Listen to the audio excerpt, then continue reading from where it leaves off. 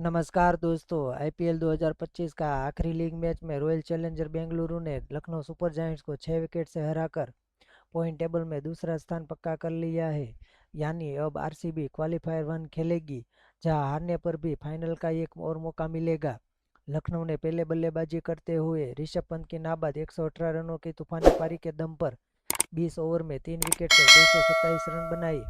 लेकिन आरसीबी ने 18.4 ओवर में 4 विकेट पर 230 रन बनाकर शानदार जीत हासिल की।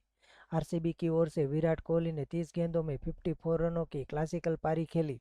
फिर जितेश शर्मा ने 33 गेंदों में नाबाद 85 रनों की विस्फोटक पारी खेली, जिसमें 8 चौके और 6 छक्के शामिल थे। उन्हें पूरा साथ मिला मयंक अग्रवाल से, जिन्होंने 23 गेंदों में नाबाद 41 रन बनाए। एक खास पल तब आया जब ऋषभ पंत ने खेल भावना दिखाते हुए जितेश के रनआउट की अपील वापस ली और जवाब में जितेश ने गले लगाकर पंत का धन्यवाद किया। तो दोस्तों, आरसीबी की जबरदस्त जीत आपको कैसी लगी, हमें कमेंट में ज़रूर बताना। जय हिंद।